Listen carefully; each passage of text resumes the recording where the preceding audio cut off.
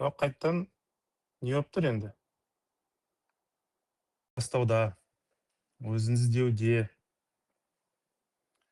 өзіне орын таппай жүрген жандарға, тұрмысқа шыққысы келетін, үйленгісі келетін, бизнес бастағысы келетін, немесе карьерасын өзгерістер жасағысы келетін, сондай кісілерге алла жазса бір жақсы бір көмегі болатын бір семинар деп білемін, иншалла. Бастамас бұрын, әдеттегідей, екі-үш нәрсе айтқым келеді. Бірінші мәселе, бисмиллахир-рахманир-рахим. Білімді спикердан, яғни менен күтпеңіздер. Келе ме? Білімді менен күтпеңіздер, білімді Аллахтан күтіңіздер. Бұл өте маңызды мәселе. Келе ме? Адамнан емес, Алладан күту. Бұл өте маңызды. Келе ме? Бұл бір мәселе. Екінші мәселе, бұл семинар барысында нәпстеріңізге, көңілдеріңізге тиіп кететін сөздер болуы мүмкін. Бір Алла біледі, мен білмеймін, қалай қабылдайсыздар деген сияқты. Сол себепті адамның көңіліне тиіп кеткен сөз естіген сәттен бастап қатты ойланып кетеді. Одан кейін тыңдауға былай мұршасы болмайды, енді жалғастырғысы келмейді. Немесе ойы шашыраңқы болады, ары қарай не айтылды, не айтылмады есінде қалмайды.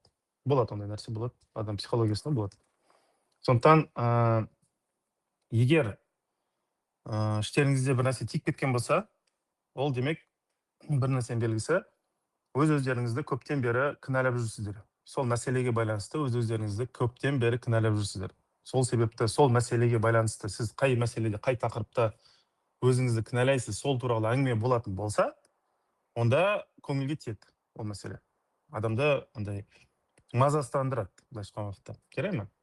Сондықтан өтініш, кінәліні іздемеңіздер. Қазір бүгін осы тақырып туралы да сөйлесеміз. Кінәліні іздемеңіздер. Кінәлінің орнына шешім іздеңіздер. Келе ме? Іштей былай айтыңыздар. Көңіліме тиді Аллахым, мына сөздер көңіліме тиді. Мына тақырып мен қозғалғанын қаламай едім, бірақ қозғалды. Бірақ дегенмен де Аллахым менің жүрегіме кінәнің орнына, кінә сезімнің орнына шешім салшы деген секілді сондай дұға етіңіздер. Келе ме? Бұл екінші мәселе. Үшінші мәселе, сүйікті пайғамбарымыз Мұхаммед Мұстафа саллаллаху алейхи уассаламге салауат келтірсеңіздер. Хотя бы саллаллаху алейхи уассалам десеңіздер, уже салауат болып саналады. Келе ме? Қолдарыңызға келгенше дұғаларыңызды, зікірлеріңізді бір оқып жүрсеңіздер. Бұл өте маңызды. Не себепті?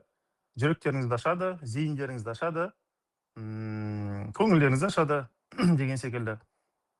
Осы бүгінгі айтылатын ақпаратты қабылдауға, иншаллах, бір несі болады, жол ашып береді, жол ашар болады. Келе ме? Сол, осыны айтайын деген. Келе ме? Айтылатын қазір ақпарат көп енді. Оны ашық айтайын, ақпарат өте көп, өте көп. Бұл ақпарат енді өзім туралы бір нәрселер айтамын енді семинарда. Негізінде спикер өзі туралы айтқан жақсы емес, но осы семинарда біраз өзім туралы айтуға тырысамын. Не себепті? Өйткені бұл білімдерге Алла тағала мені қалай алып келді мәселесінде бір қозғағым келеді. Өйткені бұл семинар біраз андай душевный семинар болайын деп тұр енді. Көңілімді біраз босатып, сөйтіп сөйлейін деген бір семинарым негізінде. Себебі енді мен биыл Алла жазса 42-те боламын. Өмір бойы өзімді іздеп келдім. Өмір бойы өзімді іздеп келдім. Көп нәрсе зерттедім, көп нәрсе қарадым. Енді өте көп оқыдым, өте көп қарадым, тыңдадым. Бірақ адам өзіне орын таппайды ғой енді. Қанша ізденсе де, нетсе де болады ғой енді, адам өзіне орын таппайды, қиналады деген секілді. Сондай нәрселер болды. Сөйтіп биыл ғана, қараңыздар, мен 42-ке енді келіп жатырмын. Биыл ғана деп өзіме бір Алладан бір білім нәсіп болды да. Демек, уақыт осындай келген ғой енді, 42-ке келген деген. Сіздерде бәлкім ертерек болар, иншаллах. Сондай оймен сіздермен бөлісейін деп жатқаным ғой бұл білімді. Сол білім келіп сіңгеннен кейін өзіме тыныштық келді. Шынымен де тыныштық келді, альхамдулиллах. Тыныштықпен бірге өмірге деген құштарлық пайда болды. Ашық айтайын, әрине бұндай нәрселер айту, бәлкім қызғаныш, көз тию деген нәрселер шақыруы мүмкін, енді алла сақтасын. Бірақ дегенмен де бұны сіздермен бөлісіп жатқаным, бәлкім бұл семинар тек қана білім беретін семинар емес, бұл алла разы. Өмірге деген құштарлықтарыңызды біраз арттыра ма деген сондай бір үмітім бар, шын айтайын. Алладан тілеймін, иншалла. Бұл семинардан кейін өмірге деген құштарлықтарыңыз артқанын қалар едім. Ашылып, потенциалдарыңыз ашылып, жобаларыңызға жаңа бір қарқынмен, мотивациямен бір кірсеме деген сондай бір үмітім бар. Бәлкім кейбіреулеріңізде отбасыларыңызда қарым-қатынас жағына бір тіреліп қалған мәселелер болуы мүмкін, солар бәлкім шешілер деген секілді. Яғни адам болады бір жерде тұрып қалады ғой, не істерін білмей, жан-жағына қарап, алақтап, шашырап, шашылып, не істерін білмей қалатын уақыттар болады ғой, немесе қатты ойланып кетеді, мысалы, немесе жалғызсырап қалады деген секілді. Сол кезде бір итеріп жіберетін бір алладан бір күш керек та енді. Сондықтан ойлағам, иншаллах, осы семинар сіздерге сондай бір көмегін тигізер ма деген сондай бір ойым бар, иншалла. И осы жылы енді сондай бір тыныштық келді, ішіме тыныштық келді. Тыныштықпен бірге өмірге деген құштарлық келді. Альхамдулиллах, енді шынымен де өмір күшті екен немесе. Өмір күшті екен. Альхамдулиллах. Өмір күшті екен. Просто кезінде болған, менде болған. Жастау кезінде енді әр адамның өмірінде қиыншылық болады ғой. Психикам сынып кете жаздаған кездер болған. Енді оны детальдарын барын айта алмаймын, бірақ тіпті өзіме қол жұмсауға шейін барған уақыттарым болған. Бірақ Алла сақтап қалған кездер болған. И мен ойлайтын, жылдар бойы ойлайтын, өмір бойы ойлайтын, неғып жүрмін мен өмірде деп. Жоқ, түсінемін ғой енді, ешкім өлгісі келмейді. Қазір бір пышақты мойныма қойып, немесе тапаншаны басыма қойып, өлесің десе, мен де қорқамын әрине, конечно, деген секілді, қалай деген сияқты да, пенде болғаннан кейін. Бірақ негізінде өмір бойы андай болатын, не үшін өмір сүріп жүрмін, неме керек деген секілді. Тіпті андай да енді, жақындарым кейде түсінбейді, жолдастарым түсінбейді, ата-анам түсінбейді деген моменттер болады ғой енді. Анаған ренжисің, маған ренжисің, бұртиып, өзінше болып, өзің прав санайсың, олар барлығы неправ деген сияқты. Қырылып әлеммен. Жер көкке сыймай деген секілді. Жастық шақтың сондай гормондар болады ғой. Сондай уақыттар болған енді. Болмады емес. Бірақ әлде де ақылмен өзіме түсіндіруге тырысатын. Не үшін жүрмін мына өмірде деген сияқты. Иә, білем, дін бар, намазым бар, түсінемін оның барлығын. Бірақ соның өзінде де мен вообще менің мына жақта неге жүрмін мен? Не істеймін мен? Жарайды, ал бала шағаны асырадық, жаңағы кәртайдық, өлдік, о дүниеге бардық, сұралдық, бүйттік, сөйттік. Енді ол стандартный не ғой енді. Қалай десем екен? Стандартный бір өмірдің сюжеті ғой енді, былайша айтқан уақытта, иә. Сондықтан мен ойлайтын едім де енді, өмір бойы ойладым, не өмірде жүрмін вообще, бұл өмір маған неме керек деген секілді, сондай ойлар ғой енді. Сөйтіп, көп нәрсе оқылды, көп нәрсе қаралды, зерттелді.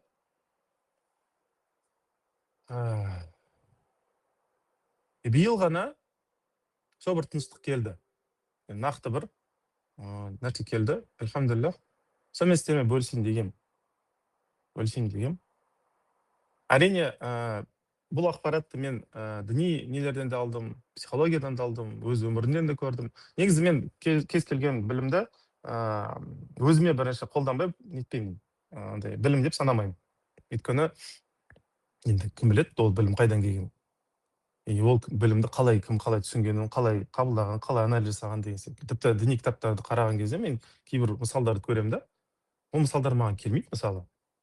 Қанша жерден ұлы ғалымдармен жазылған болса да, маған кейде келмейді. Ол мысал маған былай жүрегіме бүйтіп әсер етпейді да. Кейбір мысалдар, сосын ойлаймын, жарайды деймін де қоямын. Кейбір мысалдар әсер етеді, мысалы. Мен пендемін ғой, мен де көңілім барлық нәрсені қабылдай бермейтін шығар бәлкім. В общем, ұзын сөздің қысқасы, сондай бір оқиғалар болды. ел болды. Вот. Енді көңіл күйлеріңізді көтеріңкі ұстап отырыңыздар, иншалла. Бүгін бөлісетін ақпарат біраз терең ақпарат, керек ме? Миларыңыз ашып кететін болса, жандарыңызға бір шай, кофе, бір нәрсе алып алыңыздар. Ішетін бір нәрсе, кеміріп отыратын бір нәрсе алып алыңыздар. Иншалла, пайдалы болады деп ойлаймын. Міндетті түрде қалам мен қағаз алып алыңыздар. Жазып отырасыздар. Өйткені семинардың соңында бір техника жасаймыз. Бұрын негізі семинарлар мен түсіндіретін, айтатын, бөлісетін, ары қарай адам қалай қабылдайды, өзіне қалдыратын едім да. Бірақ бұл семинарда именно техника қосылды. Бұл семинардан шыққан кезде сол техниканы қолданып, бір не болсын деген мақсатпен, қалай айтсам екен. Тек қана ақпаратпен кетпей, өз туралы бір нәрсе түсініп қалсын деген мақсатпен. Жарай ма? Сондықтан қағазбен қаламсап керек болатын болады. Жазып отырсаңыздар. Ал, бисмиллахиррахманиррахим. Осындай бір кіріспеден кейін барлық нәрсе не нәрседен басталды деп сұрайтын болсақ, психологияда ең үлкен екі сезім бар. Психологияда ең үлкен екі сезім бар. Бұл екі сезімнің әсерімен адам өмір сүреді. Біреуі мақтаныш сезімі.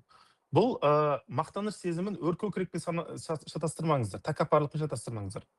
Мақтаныш кәдімгідей андай бүйтіп қуанып өмір сүру дейді ғой, былайша айтқанда. Альхамдулиллах, мен күшті өмірім бар, альхамдулиллах.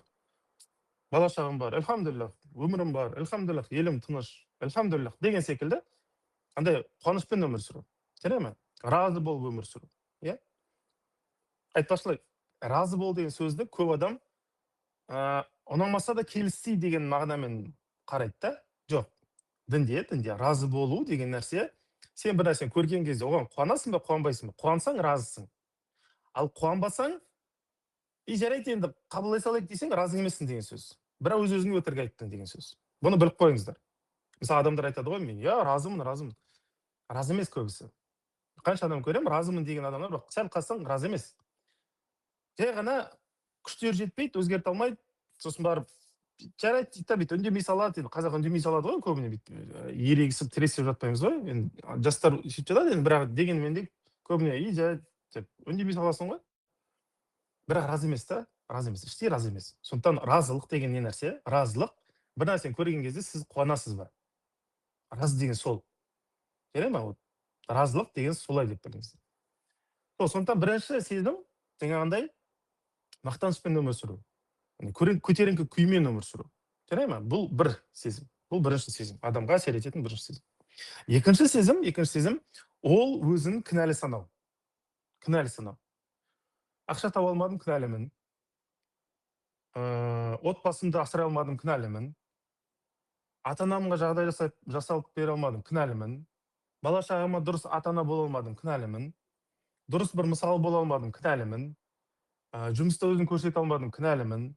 Коллективта бір команданың ішінде өзіме орын таба алмадым, кінәлімін. Сабақты дұрыс оқи алмадым, кінәлімін. Сабақтан шығып кеттім, кінәлімін. Үйленгенде дұрыс адам таңдамадым, кінәлімін. Білмеймін енді. Шетелге барып тұрғым келді, кінәлімін. Шетелден еліме қайтып келдім, кінәлімін. Не болса да кінәлімін деген сезім. Түсіндіре алдым ба? Бұл екінші сезім. Адам осы екі сезімнің ортасында өмір сүреді. Бұны біліп қойыңыздар. Енді өз-өздеріне сұраңыздар. Мен қай жерде өзім кінәлаймын? Қағаздарыңызды жазып қойыңыздар. Мен мына жерде өзім кінәлі санайды екенмін. Өзіме көңілім толмайды екен. Өзімді бишара әлсіз, тіпті сүмелек болып сезінеді екенмін деген секілді кінәлі жерлеріңіз. Сосын жаңағыда разы болған, сізді қуантатын нәрселеріңізді жазып отырыңыздар. Жарай ма? Мына жерде мен қуанамын, альхамдулиллах, мынау бар менде күшті, жаңағы деген секілді, иә. Мына досыма қуанамын, мынандай бір жарыма қуанамын, жолдасыма қуанамын, балаларыма қуанамын, иіскегенде қуанамын, сүйгенде құшақтағанда қуанамын, ата-анама қуанамын деген секілді. Осындай нелерді жазып отырыңыздар. Бұл кейін өздеріңізге анализ жасауға керек болады, жарай ма? Енді бұл екі сезім әсер мәселесіне келгенде мынандай нәрсе бар екен. Адам қай бір амалды кінәлі сезіммен жасайтын болса, сол амалда өшеді. шаршайды, шалдығады, тіпті ауырып қалады. Қай амалды жасайсыздар, кінәлі сезіммен жасайсыздар, ауыра бастайсыздар. Ауыра бастайсыздар. Бір. Екіншісі, өмірге деген құштарлығыңыз кетеді. Бұл екі. Үшінші нәрсеге келгенде, ләззат ала алмай қаласыздар. Ләззат алу мәселесіне келгенде ала алмай қаласыздар. Сол себепті күнәлі ләззаттар іздей бастайды адам. Келе ме? Ләззат ала алмайды. Алғысы келеді, ала алмайды да өмірден. Төртінші, береке кетеді өмірден. Береке кетеді. Жасайсың, бірақ жетпейді да. Не ақшаң жетпейді, былай тартасың, былай болмайды, былай тартасың, былай болмайды. Не энергияң жетпейді. Андай күш қуатың, әлің жетпейді да. Жасайсың. Я білесің қалай жасау керек екен, бірақ өшіп қалдың. Кәдімгідей өшіп қаласың. Біліп тұрсың, барлық ойбай, оқып тастағансың, курс көріп тастағансың, анда барғансың, мұнда барғансың, ана ұстаз, мына ұстаз, барлығын білесің. Бірақ өз-өзіңді ұстай алмайсың. Я білесің, дұрыс емес екен, бірақ ұстай алмайсың, жасап қоясың. Энергияң жетпейді да өзін ұстауға. Түсіндіре алдың ба? Немесе бір оймен, өзің мазалап тұрған, жеп тұрған оймен ұйықтайсың. Я ұйқыға кеттің. Таңертең тұрдың, азанда тұрдың, әлі сол ой ғой, әлі сол ой. Кредит оймен кірдің, ұйқыға кредит оймен ояндың. Ана адаммен ұрысып ұйықтадың, мына адаммен ұрысып қайттан тұрдың. Деген секілді. Түсіндіре алдың ба? Бір береке болмайды, бір энергия жоқ, бір ақша болмайды. Сосын сыртқа шығыққың келмейді. Сыртқа шығып, біреумен араласу қаламайсың. Өз-өзіңмен жабылып, жоқ, өз-өзіңді алдап қоясың былай. Жоқ, маған ешкім керек емес, мен Алладан басқа ешкімге мұқтаж емеспін деген секілді. Өз-өзіңмен жабыла бастайсың. Бұның барлығы харам, жаман нәрселер, бітті деген сияқты. Өз-өзіңе жабылып, ешкіммен араласпайсың, достарыңмен шықпайсың, қонаққа да бармайсың, барайын десең көк тиының жоқ деген секілді. Сондай нәрселер, жалпы айтқан уақытта. Енді бастан өткен нәрселер ғой бұның барлығы. Сондай бір халге түсесің. Береке кетеді, өмірден береке кетеді. Сосын адамдармен қарым-қатынасты ұстап тұру үшін күш қуат кетеді. Енді адамдармен араласу үшін, мен үйленгенмін, әйелім бар. Енді әйеліме де энергия беруім керекпін ғой, мысалы. Қуантып оны, мысалы. Бір андай кейде ренжіп қалады, көңілін алып деген секілді, мысалы. Шаршап тұр, мысалы, жаңағында көмектесіп жіберіп деген секілді, соған күшің болмайды да. Немесе жаңа әйелдерді күйеуіне қызмет етуге, мысалы, көмектесуге бір жерлерде. Оған да күш болмайды да, мысалы. Немесе ата-анаңа көмектесейін дейсің, оған да күшің болмайды да, мысалы. Бір той жасайын деп жатыр, мысалы, ат салсайын десең, қойшы дейсің, мысалы. Тіпті даже біреу сені пикник қалып барады, бір тойға бір жерге алып барады, қатты бүйтіп ат салғың келмейді да, андай жата бергің келеді деген секілді. Қарым-қатынасқа бүйтіп күш салғың келмейді, достарыңмен де қатты кездескің келмейді. Өйткені сұрайды ғой енді олар, қалайсың бауырым, ана деген уақыт, сен басыңнан кредитің асып жатыр, проблема асып жатыр, бір нәрсе асып жатыр. В общем, ашып жатыр да енді, в общем. Асып жатыр да, ашып жатыр да. Енді сұрайды ғой енді олар, қалай айтасың оған? Сол енді жүрміз ғой, шаруа деп бүйтіп, көзің жерге түсіріп бүйтіп. В общем, қашқың келеді да әңгімеден. Байқамай көшеде бір кездесіп қалсаң, ұяласың, қысыласың деген сияқты. Өстіп адам кінәлі сезіммен өмір сүретін болса, жабылады, солады, кебеді, өшеді, тіпті өледі. Түсіндіре алдың ба? Кінәлі сезім былай кінә сезім адамды бүйтіп жоқ қылады, жоқтық қалып барады. Бұны ұмытпаңыздар. Кінә сезімі адамды жоқ деген нәрсеге алып барады. Жоқ, ақша жоқ, энергия жоқ, көңілім жоқ, настроение жоқ. Кетіңдерші бар деген сияқты. Сұрамаңдаршы мен еш нәрсе деген сияқты. Сондай бір халге алып барады. Түсіндіре алдың ба? Бұл адам өз-өзін терең бір жерде, жүрегінің бір терең бір бұрыштарында өз-өзін кінәлі санаған. Бұл кінәлі адамның халі. Ал қуанған адам қалай болады? Ол не істесе де, амал істесе қуанады. Энергия келеді, мотивация келеді, потенциалын ашқысы келіп тұрады, өзін түсінгісі келіп тұрады, өзін білгісі келіп тұрады, зерттегісі келіп тұрады. Бизнесқа байланысты, карьераға байланысты қай жерде не жатыр, соны зерттегісі келеді, көргісі келеді, барғысы келеді, ашқысы келеді. Біреумен бір нәрсе қылып, әйтеуір бастағысы келіп тұрады. Әйеліне, күйеуіне деген энергиясы күшті болып тұрады. Ондай адам жанында жүрсең, құлап қалмайсың. Өзің қуанышты өмір сүретін адамның жанында құлап қалмайсың. Кейбіреулер ойлап тұрған шығарсың, ондай адам бар ма өмірде деген секілді. Ондай адам көрген жоқпын. Жоқ, бар ондай адамдар. Ондай адамдар бар. Ондай адамдар бар, бар, бар, бар. Сондай адам жанында өзіңді көтеріңкі сезінесің, жақсы сезінесің да былай. Керек болса, біліммен де жауап береді, көмектеседі. Керек болса, энергия да береді. Керек болса, күнә жасап қойдың, қателестің, барып нетсең, көңіліңді көтеріп, біраз шығарып жібереді да ана ситуациядан ше. Енді Аллах шығаратын, бірақ сол адамның қолымен алады да бүйтіп сені бір нәрсе қылып, бүйтіп, оп деп, тәубең қабыл болды, уайымдама құлым, давай вперед деген секілді, сөйтіп итермелеп жүреді. Итермелеп жүреді да жаңағы. Алла тағала сөйтіп сондай құлдар арқылы итермелейді адамдарды, алда итермелейді. Бұл Алланың дос құлдары десе де болады. Жарай ма? Және көтеріңкі жүретін адамдар. Сондай бір энергиясы жақсы, қуанышы деген секілді. Бұндай адамдар бір жерге барса, бір күн секілді. Барған кезде бүйтіп күн шуағы шығады ғой, бәрін жарқырап деген секілді. Адамдар бүйтіп толып, береке келеді. Иә? Біреулер бір жерден 10 рет әрекет жасап, бір ақша тапса, олар бір әрекет жасап 10 ақша табады, сондай бір Аллахтан берекет беріп қояды да. Сосын оларға мынандай бір енді жай халықтың ортасында бір чуйка деген нәрсе бар, бүйтіп андай бір интуиция деп бүйтіп бір сезім дейді ғой, былайша айтқан уақытта бүйтіп бір нәрсе сезеді де, бүйтіп ана жерде ақша бар ау, ана жерде бір береке бар ана жерде деген секілді барады, сол жерге бүйтіп бір нәрсені шұқылап ашылып кетеді. И бизнесте жүріп кетеді, анау да жүріп кетеді. Әйтеуір барады да, қолы жеңіл, жолы жеңіл деген сондай кісілер солар. Тұрады да бір сатып жіберу керек, бір нәрсені бір жерден алып бір жерге беріп жіберу керек, біреуге салып жіберу керек, бүйту оңай өтеді да, қиналмайсың. Сондай адамдармен бірге саудаға барсаң, анда жолға түссең, иә, мысалы, жеңіл жүреді да. Жеңіл. Каким-то образом дейді ғой, ешқандай бір нәрсе әйтеуір жеңіл жүреді. Жақсы. И киімі де, түрі де бір андай болады, ақсүйектер болады, бүйтіп аристократ секілді бүйтіп бір өзгеше болып тұрады. Өзгеше болып тұрады. Бірақ қарасаң бүйтіп басынан аяғына алтын жаланған адам емес енді. Бірақ бір нәрсе болады да, бір қызық, бір сондай бір не болады. Сондай бір адамдар бар екен. Сондай адамдар бар. Бұндай адамдардың іштерінде қуаныш сезім бар. Қуаныш сезім бар. Бұлар бар деген сөзге ұмтылатын адамдар. Бар, барлық, байлық, көптік, жомарттық, береке, көбею, даму, ашылу деген нәрселерге іші ұмтылып тұрады.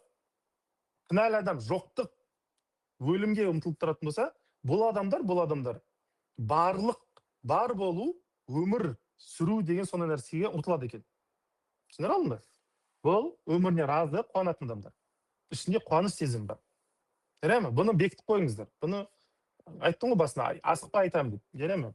Уайымдамаңыздар, Алла жазса, ненің жаңағы қалай десем екен. Бұл семинардың записи деп айтайыншы енді. Неде болады, Алла жазса.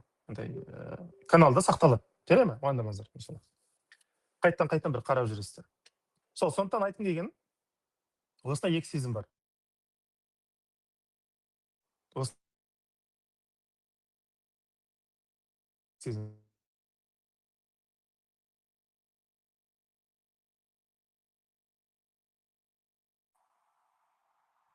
Алло.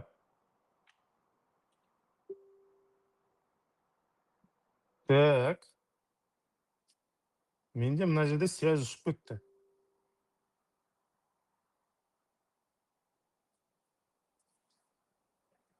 Бисмиллахир-рахманир-рахим.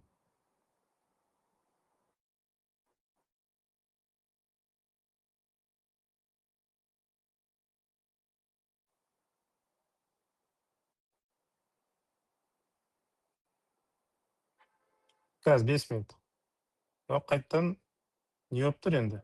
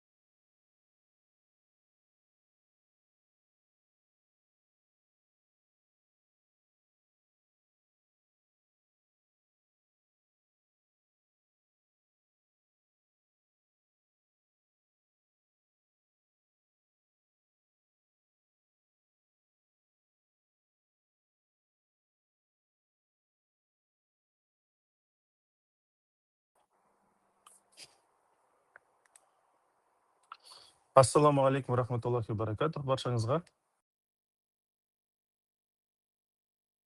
Естіліп тұр ма?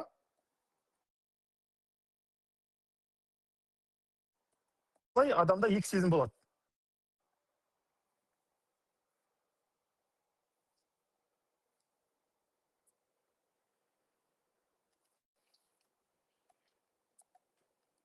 Алло,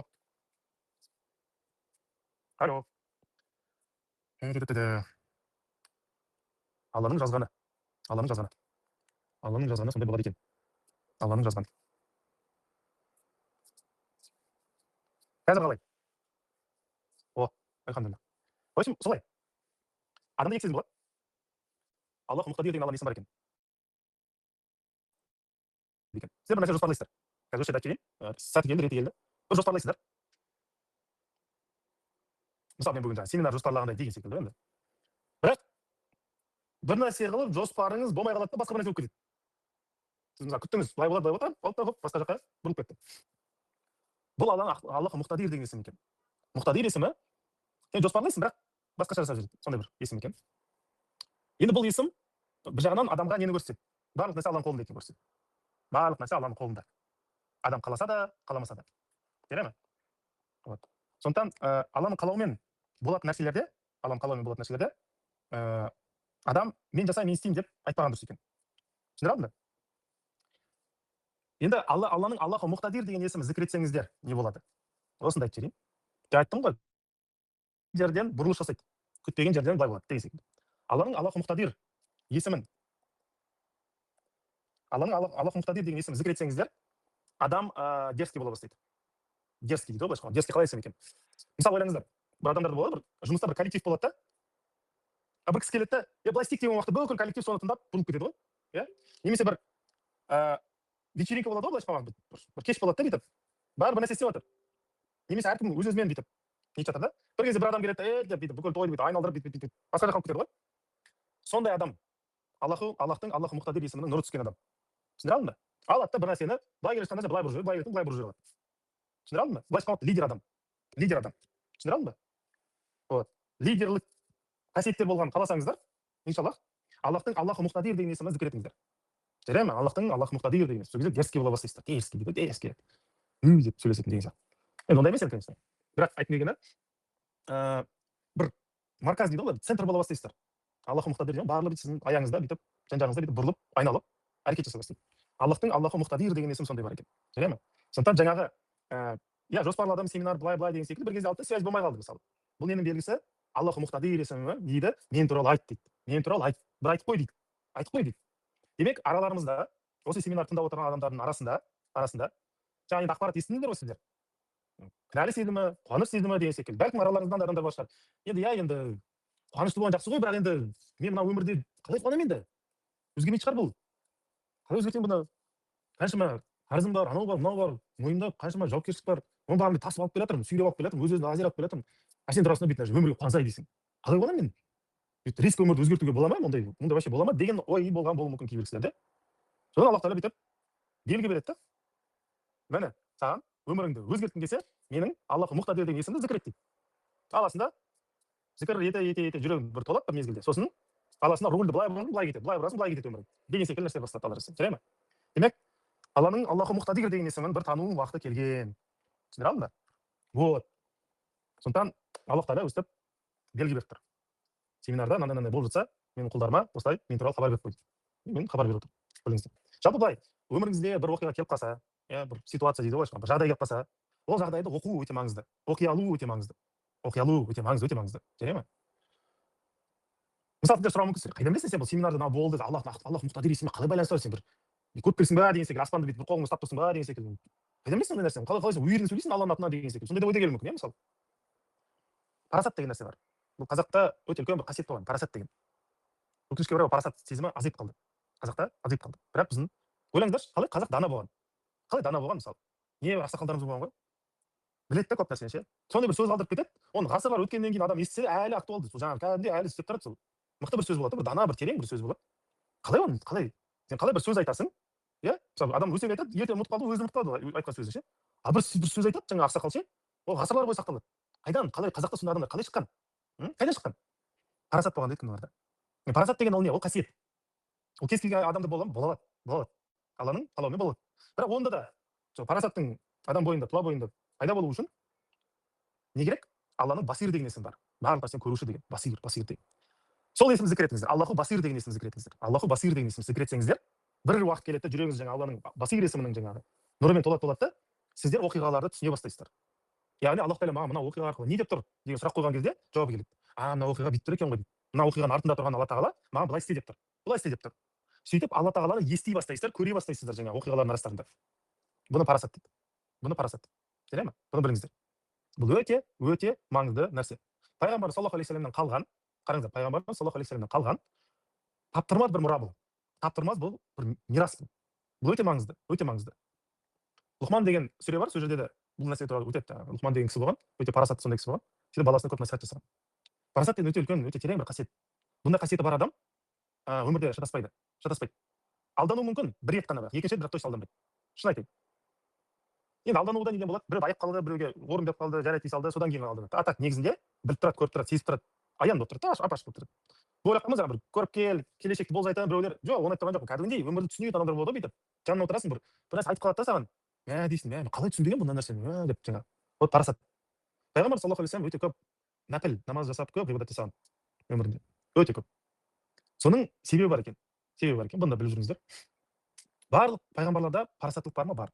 Өмірді күшті біледі ол кісілер. Күшті оқиды, күшті таниды. Бірақ осы үмметке дейінгі үмметтерде парасаттылық болмаған екен. Өкінішке орай. Қандай парасаттылық болмаған? Ол неде көрінеді? Бақара сүресінде, мен қазір сәл тақырыптан былай сырғыдым, бірақ қайтып келемін. Уайымдамаңыздар, иншалла. Бақара сүресінде айтылады ғой, Мұса алейхиссалам 40 күнге кетіп қалған екен өзінің қауымынан. Ғибадат жасаймын, Алламен жалғыз аламын. 40 күннен келсе, барлық үйреткен нәрсесі ұмытылып кеткен екен. 40 күн. Бір жарым айдың ішінде адамдар қайтадан сиырға табына бастаған. Ойлаңыздаршы. Біреу сырттан қарайды, мынау ақымақ па деп ойлауы мүмкін ғой. Ойлаңыздар, сіз жылдар бойы біреуге түсіндіріп келесіз, иә деп жүріп 40 күннен кетіп қалдыңыз, жоқ, бітті. Мәссаған дейсіздер ғой. Мысалы, бір бизнесте жүрсіздер. Қоластыңызда адамдар айтасыз, жылдар бойы бір күн алып 40 күнге барып құлдырады. Немесе туыстарыңыз, жолдастарыңыз мүлдем басқаша жасап кетті. Айтасыз ғой, мен сендерге не үшін түсіндірдім, не үшін айттым, мына бәрін жинап алып келдім, айттым, көрсеттім, алып келдім, сатып алып келдім, орнаттым, көрсеттім, не болды деп. Сөйтіп ренжиді ғой адам. Сөйтсе, бұл парасат деген нәрсе екен. Парасат пайғамбарларда болғандықтан, Мұса алейхиссаламда болғандықтан, ол кісі кеткеннен кейін қауымынан да парасат кеткен екен. Сол себепті түсінбей қалған оқиғаларды. Сөйтіп қорыққаннан бір оқиғалар болғаннан кейін не істеген? Қайтадан сиырға қайтып барып, сиыр көмектесер деп сөйтіп өзінің жаңағы несіне барған екен. Бір не бар екен. Соны енді пайғамбар саллаллаху алейхи вассалам біледі ғой. Пайғамбар саллаллаху алейхи вассалам енді я Расулаллах. Пайғамбар саллаллаху алейхи вассалам қатты дұға еткен екен. Өзі кеткеннен кейін қауымы, яғни үмметі солай болып кетпесін. Өзі қайтыс болғаннан кейін адасы басқа жаққа кетіп қалмасын. Бұлар дұрыс жолда, нақты жолда жүрсін деген немен көп сұраған екен Алладан. Үмметіне көп сұрайды. Соның ішінде ең көп сұраған нәрселердің бірі парасат екен. Адамда парасат болмаса, Құран оқыса да түсінбейді. Парасат болмаса, Құран оқыса да түсінбейді. Ғалым болу ислам несінде ғалым болу өте маңызды. Неге айтады ғалымдар үлкен мирасшылар дейді. Пайғамбарлар мирасшылар. Ғалым деп кім аталады? Көп білген, көп оқыған адам емес. Ғалым болып саналады парасаты бар адам. Түсіндіре алдым ба? Парасат маңызды. Тере ме? Терең түсіну керек, терең сезіну керек. Тере ме? Кейде болады, оқисың, іздейсің, бірақ маңдайға ақылға қонбайды ғой. Парасат жетпей жатыр деген сөз. Зейін ашылмай жатыр деген сөз. Сондықтан ондай нәрсе болмасын, парасатым көбірек болсын, зейінім ашық болсын десеңіздер, тонкий дейді ғой, сондай бір нәзік өмірде болатын бір нәрселер сыйлып қалып, түсініп қалып, сондай болған қаласаңыздар, онда не істейсіздер? Онда Аллаху басир деген есімді зікір етесіздер. Аллаху басир жазып қойыңыздар, Аллаху басир деген есім. Тере ме? Сол кезде сізде бір оқиға келгеніңізде түсініп тұрасыздар, көріп тұрасыз, сезіп тұрасыздар иншалла. Енді бір күннің ішінде, екі күннің ішінде болмайды бұл нәрсе. Аллах әлем. Енді біреуде болуы мүмкін, бірақ жүрек толу керек. Аллаху басир деп жаңағы зікір етіңіз. Тере ме? Жарайды. Бұл осылай. Енді Алланың жаңағы Аллаху мұқтадир есімімен Аллаху басир есімін өстіп айту уақыты келіп қалған ғой. Айттық енді. Ал енді қайтадан семинарға қайтайық. Өстіп адамда екі сезім болады. Біреу қуанып жүреді, біреуі кінәлі сезініп жүреді. Жарайды ма? Кінәлі сезінген адам өзін жоқтыққа сүйірмелейді. Жоқ болсын, энергия болмасын, өмір болмасын, күш болмасын, білім болмасын, тым болмасын деген секілді. Ал қуанып жүретін адам ол барлыққа, көптікке, байлыққа өзін сөйтіп ұмтылатын сондай бір адам ғой. Жарайды ма? Бұны біліп алыңыздар. Енді осы мәселеге келгенде енді сұрақ пайда болады. Қайдан вообще кейбір адамдар қуанады, а кейбір адамдар депрессияда жүреді. Енді психолог ретінде соны сұрақ қой енді. Қайдан шығады бұл мәселе деген сияқты? Неге кейбір адамдар қайдан табуға болады? Несі? Тамыры қайда жатыр? Неге кейбір адамдар қуанады, өмірде күшті, иә, жеңіл жүреді, а кейбір адамдар үнемі үстіне бүйтіп найзағайлы ұрып тұрады да. Сөйтсе бұл Бақара сүресіндегі бірінші 20-30 аятта сипатталған бір оқиғалар бар. Сол жерден басталады екен. Сол жерден барлық нәрсе басталады екен. Құранның басы енді Бақара сүресі білесіз, Құранның басы. Бұл жерде бір оқиға бар. Аллах Тағала былай деп айтады: "Мен дейді халиф жаратамын" дейді. Адамды жаратамын деген ғой енді, адам алейхиссалам жаратады.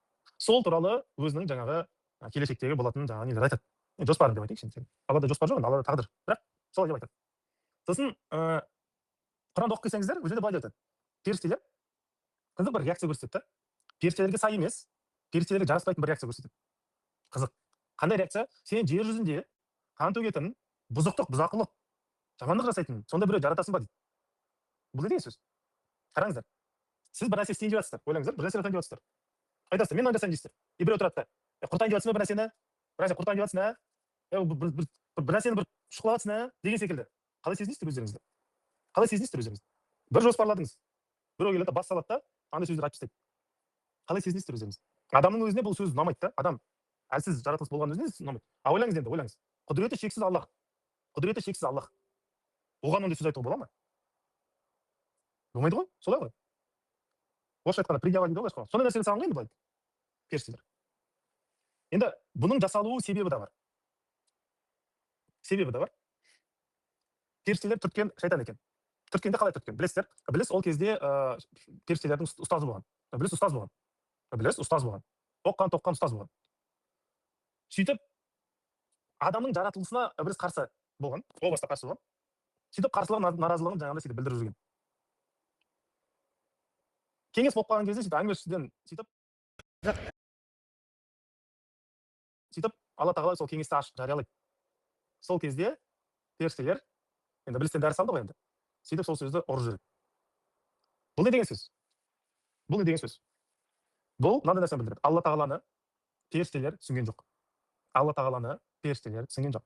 Алла Тағаланы Ібліс, ол кезде шайтан емес әлі, ұстаз бола тұра түсінген жоқ. Түсінген жоқ. Алла Тағала жауапта не дейді? Мен сендер білмейтін нәрсені білемін дейді. Сендер мені түсінбейсіңдер дегені ғой. Бір нәрсе бар, кейін айтқан кезде түсінесіңдер. Сол кезде дейсіңдер. Бірақ сендер білмейсіңдер, қазір білмейсіңдер дейді. Мен білемін дейді. Мен білемін. Сөйтіп Адам алейхиссалам жаратады. Енді сіздерге мынандай сұрақ. Ойлаңыздаршы, мысалы сіздер, білмеймін, жастарыңыз 20-да, 30-да, бәлкім 40-да, 50-де шығарсыздар. Аллах алем. Әртүрлі адам отыр бұл жерде. Бір ағаларыңыз бар дейік. Дядя дейді ғой, дядка дейді орысша. Аға бар мысалы, иә. Немесе әпкелеріңіз бар мысалы, тәтелеріңіз бар деген сияқты. Сіздер бала кезіңізден тәтем, әпкем, көкем деп, ағам деп жүрген кісі 30-ға, 20-ға келдіңіздер. Сосын андай бір өсек естисіздер. Бір кісі айтып қалады тойда: білесің ба, сен көкем деп жүрген кісің, немесе тәтем деп, әкем деп бөліп сүйіп жүрген кісің, сенің анаң саған ауыр болған кезде, аяғы ауыр болған кезде аборт жаса деп айтқан десе, көкеңізге, әпкеңізге көзқарас қалай өзгереді? Мысалы, сіздер қатты өзіңіз сүйікті адамым деп жүрген кісі, сөйтсе сізге анаңыздың аяғы ауыр болған кезде аборт жаса, мына баланы түсіріп тастаса, қайтесің, тумай-ақ қой деп айтқанын естісеңіздер, ол адам туралы ойыңыз қалай болады? Біртүрлі, иә? Сөйтсе, періштелер Алла Тағаланың адамды жаратуына қарсы болған екен. Сөйтіп қарсылығын көрсеткен. Түсіндіре алдым? Яғни жаратпаса деген тема болған да. Мен бұл адами тілмен айтуға тырысып жатырмын. Әрине, бұл үлкен кеңесте болған нәрселер, рухани әлемде болған нәрселер. Бірақ біздің былай, мен психологпын ғой, адамдардың былай түсінетін несіне алып келіп кетіп жатыр. Сондықтан сондай бір оқиға болған екен. Періштелер адамның бар болуын құптамаған екен. Иә, оларға айтылды. Қабылдайсыңдар еді, олар мойынсұнады, олар қарсы шықпайды. Қарсы шықпай қандай мағынада? Айтады Алла Тағала, істейді олар, бәрібір істейді. Бірақ ойларын айтқан кезде, ойларын сұраған кезде, кеңес қой енді, кеңесте әркім өзінің ойын айту керек қой. Иә, бұл кеңескен, Аллах Тағала кеңескен, бұл Аллахтың сүннетуллах дейді, Алланың бір әдеті, әдебі. Түсіндіре алдым ба? Сол әдетті, сол сүннетті пайғамбар саллаллаху алейхи вассалам да қолданған. Біледі ғой барлық нәрсені. Бірақ сахабалармен кеңескен. Біледі ғой, пайғамбар саллаллаху алейхи ашып біледі. Бірақ бәрібір кеңеседі. Бұл не деген сөз? Қанша жерден ақылды болып тұрсаң да бәрі кеңесуің керексің деген сөз ол. Түсіндіре алдым ба? Адамдар болады ғой, өзін білмейді, ұра береді, сосын бір жерге кіреді, қораға кіріп кетеді. Сондықтан кеңесу керек екен. Бұл өте маңызды. Сөйтіп Алла Тағала сөйтіп үйретеді. Кеңесу керек. Қай жерден біліп тұрсаң да кеңесу керексің деген секілді. Бұл әдет. Алла Тағала бәрін біліп тұр, бірақ бәрі кеңеске салады. Әдейі сөйтіп періштелер ішіндегі жатқан ойларын сыртқа шығарады кеңес кезінде. Сөйтсе періштелер адамзаттың бар болуына қарсылық білдірген екен. Бір. Екіншісі, Ібліс жындардан шыққан. Солай ғой. Ібліс те қарсылық шығарған екен. Ол періштелер секілді үндемей қалған жоқ. Не істеді? Қалайша қарсы шығып кеткен? Айтқан, ол короче, балшықтан мен оттан анау мынау, в общем, не пойдет деген секілді, сондай бір қарсылық шығарып сөйтіп кеткен. Енді ойлаңыздар, сіздерде екі жаратылыс бар. Біреуі жындар әлемі, біреуі періштелер әлемі. Осы екі әлемде екеуі де қарсы шыққан. Біреуі ашық қарсы шығып дұшпан болып кеткен, біреуі ойын айтқан, бірақ үндемей қалған. Осында екі не бар. Ойлап қалған шығарсыздар, періштелер жамандап жатыр ма? Не деп жатыр мынау деген сияқты. Жамандау емес, бірақ бір нәрсе түсіндіргім келеді бұл жерде. періштелер неге олай істеді? Періште Алланы түсінген жоқ. Түсінген жоқ. Алла тағала енді адам неге жаратты? Сұрақ пайда болған кезде былай. Бұған дейін Алла тағала кімді жаратса да, Алланың 99 есім бар ғой, негізгі есім. Иә? Одан да ары қарай кете береді. Мыңдаған есімдер бар Алланың. Сол 99 есімді түсінетін, сезетін, өзінен өткізіп тұрып иман ететін яқин деген нәрсе бар ғой. Бойыңнан өтеді бір тәжірибе өтеді, опыт өтеді ғой бойыңнан. Оны ешқашан ұмыта алмайсың ғой мысалы. Мысалы әйелдерде бар. Әйел аяғы ауыр болса, оны әйел ғана түсінеді. Еркек ондай нәрсені түсіне алмайды ешқашан. Еркек ешқашан әйелдің сезінгенін сезіне алмайды ешқашан. Аяғы ауыр болған әйелдің сезінгенін сезіне алмайды ешқашан. Еркек өліп қалса сезіне алмайды. Түсіне алмайды. Дым түсіне алмайды. Өйткені басына өтпеген ол нәрсе. Өтпейді да ешқашан. Бұл не деген сөз? Әйелдің бұл мәселеде жаңағы аяғы ауыр болу мәселесінде, бала көтеру мәселесінде яқин дейді ғой, былайша яқин. Білімі еркекке қарағанда терең. Өйткені өмір өткенде, тұла бойынан, жүрегінен, көңілінен, сезімдерінен өткен. Еркекте онда өтпеген. Еркек былай теоретически біледі. Иә, ол қиын нәрсе, андай нәрсе, мына нәрсе, әйелге бүйтіп қарады, сырттан қарайды, бүйтіп түсінеді, болды. Басқа еш нәрсе түсінбейді. Енді тура сол секілді, Алла тағала 99 есімі бар. Алланы тану үшін жаратылдық қой біз. Құранда аяттар бар. Тану үшін мені таныңдар. Мені жаңағы маған құлшылық етіңдер. Құлшылық үшін тануларың керек деген секілді сондай аяттар бар ғой. Сөйтіп 99 енді Алланы тану үшін не істеу керек? Алланы толықтай, Алла қалағандай тану үшін 99 есімді түсіну керексің да. Бірақ періштелер бүкіл 99 есімді түсінбейді екен. Неге? Мысалы қараңыз, Алланы Әл-Ғафур деген, Әл-Ғафар деген сондай, ғафу деген есімдер бар. Бұл кешіруші деген, кешірімді деген, кешірім деген сондай мағына білдіретін есімдер. Бұл есімді түсіну үшін, Әл-Ғафур есімді түсіну үшін адам күнә жасауы шарт. Күнә жасайсың, өзі жаман сезінесің, Аллахқа келесің, кешірім сұрайсың, сөйтіп тәубе етіп тұрып, жылап тұрып кешірім сұрайсың ғой ықыласты түрде. Аллахым саған қайтайыншы, сенен алыстап кеттім, сағындым сені деп сезінесіздер ғой. Сол Әл-Ғафур есімінің нұры түскен кезде сондай сезім болады адамда. Өкінеді енді шынымен де. И Алланы сағынады. Өз-өзін кінәламайды, жамандамайды. Қараңыздар. Алланы сағынады. Нағыз тәубе Алланы сағынғандықтан тәубе жасау. Өз-өзін жеп қойғандықтан тәубе жасау емес. Өйткені бұл жерде екі нәрсе бар. Сен өзің күнә жасағаннан кейін өзіңді не красавчик сезініп тұрсың ба? Красавчик емеспін, күшті емеспін деп сезініп тұрсың, содан кейін тәубе етіп тұрсың ба? Әлде шынымен де Алланы сағынғандықтан тәубе етіп тұрсың ба? Сұрақ. Нағыз тәубе өзіңді жақсы сезінгің келгендіктен жасалған тәубе емес. Нағыз тәубе Алла тағаланы сағынып қайтадан оралғың келгендіктен тәубе. Жарайды енді. Ғафур есімін түсіну үшін адам не істеу керек? Жаңағыдай күнәдан қайтадан өту керек. Ал енді періштеге келейік. Періште күнә жасай ма? Жасамайды ғой. Ол ғафур есімін түсінбейді да. Түсіндіре алдым ба? Бірақ адамға қарайды, адамның күнә жасағанын көреді, періште адамның тәубе жасағанын көріп Аллахқа қайтқанын көреді, содан кейін түсінеді, ғафур есім осылай екен ғой дейді. Түсіндіре алдым ба? Қалай еркек әйелге қарап тұрып, аяғы ауыр болған көреді, баланы туған көреді, содан кейін осылай екен ғой дейді да. Түсінгендей болады ғой. Сол секілді періште де адамға қараған кезде, адам күнә жасаған қараған кезде, тәубе жасаған қараған кезде, сол кезде Әл-Ғафур есімін түсіндім дейді екен. Бірақ ол терең түсіну емес. Ол сырттан қарап бақылап түсіну. Жарай ма? Мысалы Аллахта Музил деген есім бар. Абыройды түсіруші, деңгейді, дәрежелі, статусты, авторитетті түсіруші деген мағына білдіреді. Музил деген. Былайша позор қылады дейді ғой. Айыбын бүйтіп ашып жіберіп түсіріп жіберетін сондай есім деген сөз. Музил есімі. Музил есімі адамға келген кезде, оның нұры түскен кезде адам позор болады. Бір ұят бір нәрсе істеп қояды адам, сосын барып біліп қояды ғой, Әл-Музил есімі сол. Алланың. Енді Әл-Музил есім керек есім. Өте маңызды есім. Ойлап қалмаңыздар. Ауыр болып мүмкін, бірақ керек нәрсе. Неге? Мысалы кейбір адамдар өте тәкаппар болады. Өте тәкаппар болады. Ой, мен күштімін, күнәм жоқ, менің қатем жоқ, анау жоқ, мынау жоқ деп өзінше болып кетеді. Сосын барып адамдарды езе бастайды. Қатты болып кетеді. Тәкаппар болады. Жер көкке сыймайды. Жұмаққа да кіре алмайтын халге келіп қалады да. Сол кезде ол адамды Аллах тағала не істейді? Күнә жасатқызады керек болса. Жасатқызады мәселесіне келген уақытта күнә жасайын деп жатқан кезде тоқтатпайды. Адам өзі жасағысы келіп тұр, Аллах тағала сақтамайды, нетпейді, қорғамайды. Адам бар, былс етіп кіреді. Неге Алла тағала сақтамады оны? Өйткені Алла тағала оны тәкаппарлықтан сақтағысы келіп тұр. Адам күнә жасағаннан кейін кешіруге болады, бірақ тәкаппарлық ол ең жаман нәрсе. Шайтанның тайған нәрсесі. Шайтан күнә жасаған жоқ қой, бірақ тәкаппар болғаннан тайды. Сөйтіп кәпір болып кетті. Келем, Алла тағала көре тұра, сөйлесе тұра, біле тұра, бәрі кетті. Сондықтан кейбір адамдарға сөйтіп тәкаппарлығынан тазарту үшін Музил есімі Аллахты түсіріп жібереді адам. Өте маңызды. Сол, енді мынандай нәрсе. Періштелер ондай позорға кіре алмайды ғой. Күнә жоқ оларда, қате жоқ оларда. Содан Алла тағала не айтады, соны істейді. Сөйтіп Музил есімді түсіне алмайды мысалы періштелер. Көрдіңіздер ме? Ал адам болса Музил есімді түсіне алады, Әл-Музил есімді түсіне алады. Позор болады, ұятқа қалған сондай, ой, бетіме дейтін ситуациялар болған шығар басыңыздан өткен. Сондықтан бұл Әл-Музил есімі сөйтіп танып. Енді қараңыздар. Алла тағала бұған дейін неше түрлі жаратылыстар жаратты. Бұл жаратылыстар Алланың 99 есімін барлығын қамтыған жоқ. Қамту мәселесіне келген түсінген жоқ. Мысалы, періште нұрдан жаратылған, сондықтан Нур, Құддус деген есімдерді түсінеді. Ал жаңағыдай Ғафур деген, Музил деген есімдерді түсіне алмайды. Тікелей түсіне алмайды. Адамсыз тікелей түсіне алмайды. Күнә жасайтын біреусіз тікелей түсіне алмайды.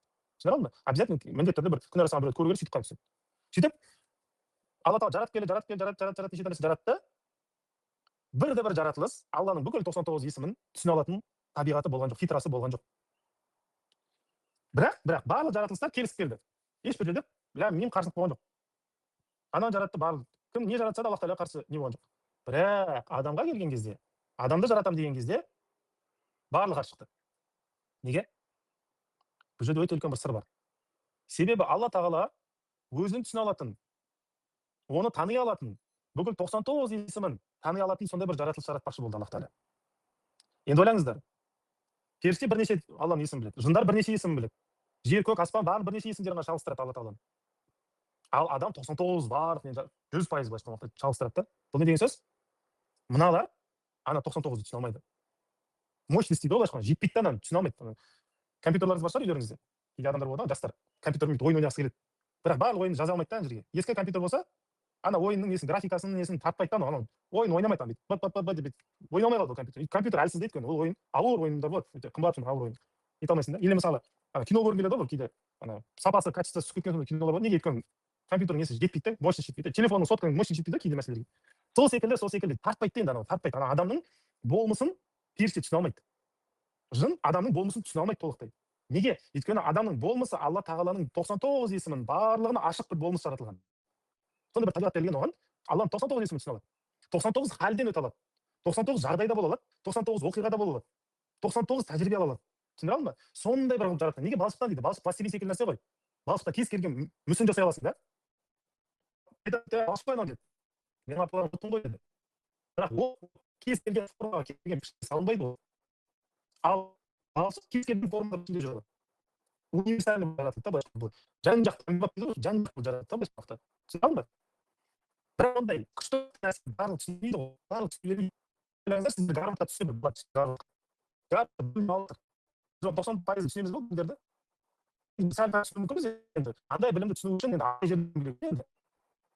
Соның періште мен адам ортасындағы айырмашылық, балабақшадағы бала мен гарвардта докторантурада оқып жүрген адамның арасындағы айырмашылықтан үлкен айырмашылық бар да. Түсінбеді. Сондықтан жер жүзінде қан төгетін біреуді сондай бір нәрсе білмейді. Еш нәрсеге сыймайтын, жерге сыймайтын жаратты деді. Бір нәрсе ғой деген секілді. Былай ғой анау. Түсінбей несін қарсылық көрсетті. Басында айттым ғой, адам не қуанып, не кінәлі болып өмір сүреді. Сөйтсе. Енді сіздер адам ретінде келіп өмірге. Сіздің жаныңда періштелер жүреді. Сіздің жаныңда шайтандар, жындар жүреді. Оның барлығы жүрді енді. Біз ол көрмейміз. Ғайып әлемі біз көзіміз көрмейді деген секілді. Енді әулие адамдар көрмейді енді. Бірақ періштелер сыбырлайды ғой. Жақсы жаса, бүйтіп деген сияқты. Шайтандар сыбырлайды ғой, жаман жаса, бүйтіп сөйтіп деген секілді. Енді ойлаңыз. Екі жақтан сізге екі информация келіп жатыр. Жүрегіңізге жаңа. Біреу періштен салады, періштеден бір информация, бір ақпарат, сосын шайтаннан бір ақпарат, жыннан бір ақпарат. Мынау періште, мынау жын, екеуінен бүйтіп жарысып жатыр екеуі. Сен жүрегіңе бүйтіп әсер еткісі келіп, екеуі жарысып бір-бірімен. Біреу жақсылыққа барсын, мынау жамандыққа барсын. Бірақ қараңыздар. Өте маңызды мәселе. Осыны түсінгеннен кейін мен тыныштала бастадым. Екеуі де сенің бар болуыңа қарсы болған ғой негізінде. Қараңыздар, ойлаңыздаршы, екі досың бар. Біреу сені жамандыққа шақырады, біреу сені жақсылыққа шақырады. Екі досың да бар. Ойлашы. Біреу айтты, күшті болайық, біреу жаман болайық, біреу ана құртайық дейді, жағы жіберейік дейді, біреу жоқ, жақпай күшті болсын дейді. Бірақ екеуі де сол екі досың да сен тумай жатып, анаңа келіп айтқан, тумашы бұл баланы деген. Тумашы бұл баланы. Керек емес, аборт жасашы деген. Яғни, періште де, жын шайтан да екеуі де сен бар болғанын қаламаған. Қанша жерден сені жақсылыққа шақырса да, сені олар түсінбейді. Жақсылыққа шақыр деп Аллах оларға әмір беріп қойған періштелерге, бірақ періште адамды түсінбейді. Періште адам түсінбейді. Оны қалай білуге болады? Қараңыздар. Періштелердің номер 1 кім? Number 1 дейді ғой. Біріншісі кім? Жебраил алейхиссалам, иә? Мысалы, Жебраил, Микаил, Исрафил, Азраил алейхиссалам, 4 үлкен періште. Пайғамбар саллаллаху алейхи вассалам адамзаттың номер 1, иә? Ең біріншісі Пайғамбар саллаллаху алейхи вассалам. Ең ұлысы. Миражға Пайғамбар саллаллаху алейхи вассалам көтерілген кезде. Жебраил алейхиссалам ең соңында Алламен Пайғамбар саллаллаху алейхи вассалам кездесер алдында, Раббысымен кездесер алдында, не деді? Мына сызықтан ары қарай мен аттай алмаймын деді. Ары қарай жалғыз өзің баруың керексің деп Пайғамбар саллаллаху алейхи вассалам жалғыз жібереді. Жебраил алейхиссалам жолда қалады. Бұл не деген сөз? Бұл өте маңызды. Болады. Енді баласы бар кісілер біледі, мысалы, немесе бастық болған кісілер біледі. Кейде болады бір әйеліңмен, күйеуіңмен бүйтіп бір нәрсе сырласасың, бірақ балалардың естігенін қаламайсың. Сосын не істейсің? Балаңа айтасың, бар шыға тұр істейсің. Анаңмен сөйлесіп алайық, әкеңмен сөйлесіп алайық. Немесе бастықтар айтады ғой ана, подчиненный қол астындағы адамдар, бар шыға тұр, кабинетте шыға тұр, мен қазір мына кісімен сөйлесіп алайын. Неге олай істелмеді? Өйткені кабинеттің ішінде, бөлменің ішінде қалған кісілер жоғары деңгейдегі кісілер. Олар бір-бірін түсінеді. Терең темаларды, ақпаратты бүйтіп қопарып бүйтіп нетеді. Ал есіктің сыртында қалғандар олар білмеу керек. Олар түсінбей қалады. Бір нәрсе естіп қалса қате түсініп қалады. Ренжіп қалады, жылап қалады. Бала секілді болып кетеді. Бала ғой енді, немесе жаңағы қол астындағы адам деген секілді. Білмейді, онда білмейді. Сол секілді Пайғамбар саллаллаху алейхи Алла тағаламен пайғамбар саллаллаху алейхи вассалам жеке қалған кезде жебір алейхисалам есіктің сыртында отырды, ішке кірген жоқ, есіктің сыртында тұрды. Неге? Қалай кішкентай бала ата анасын түсінбейді, екеуі анасы мен әкесі жалғыз қалып сөйлескенде, сол секілді жебір алейхисалам алла тағала мен пайғамбар саллаллаху алейхи вассалам жалғыз қалып сөйлескен кезде түсінбейді, ол түсінбейді. Сол үшін айтады, мен ары қарай қадам бассам жанып кетемін дейді. Жанып кетемін деген не? Бір сондай бір ақпарат келіп қалды, жабылып кетемін, болды, бітті. Түсінбейді ол, түсінбейді, қателесіп қалады. Түсіндіре алдың ба? Бұл өте маңызды. Демек, адамның болмысы солай жаратылған. Сені періште түсіне алмайды, сені жын түсіне алмайды, ешкім түсіне алмайды. Енді ойлаңыздар, өмір сүріп келе жатсың, 10 жыл, 20 жыл, 30 жыл, 40 жыл, 50 жыл сүріп келе жатсың. 40 жыл бойы, 30 жыл бойы періште мен жынның сенің жүрегіңе таласып сыбырлағанын естіп келе жатсың. Екі сені түсінбейтін жаратылыс, ананы сыбырлайды, мынаны сыбырлайды, мына жақтан, оң жақтан, сол жақтан сыбырлап келе жатыр.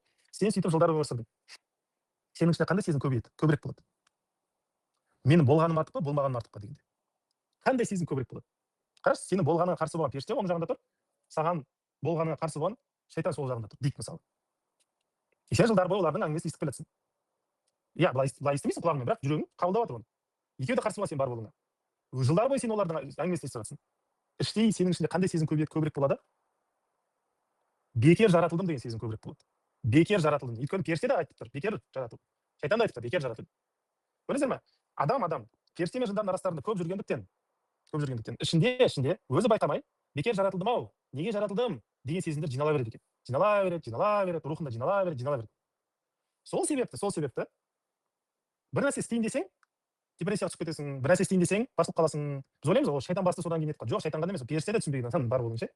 Мен періште жаман деп тұрған жоқпын. Жоқ, просто періште мощностьы жетпей қалды, 99 есімді түсінбейді ғой. Сөйтіп түсінбей қалды. Сондықтан мен адам не істеу керек? Адам екі сезім бар дедім ғой. Біреуі жаңағы өзін кінәлі санау сезімі қайдан келеді? Бекер жаратылдым деген сенімнен келеді. Бекер жаратылдым деген өзін кінәлау сезімі жаңа періште мен жынды тыңдағандықтан келеді. Түсіндіре алдым ба? Рухани әлемде осылай болады екен. Ал қуаныш сезімі қайдан келеді? Қуаныш сезімі өмір сүргім келеді, о құштарлық, анау мынау деген секілді энергия. Ол қайдан келеді? Алла тағала айтты ғой, сендер білмейтін нәрсе мен білемін, сендер түсінбейсіңдер, мен түсінемін деді. Адамды мен жаратамын деді, оны мен түсінемін деді. Ол да мен түсінеді. Ал сендер не оны түсінбейсіңдер, не мені түсінбейсіңдер, есіктің сыртында қаласыңдар.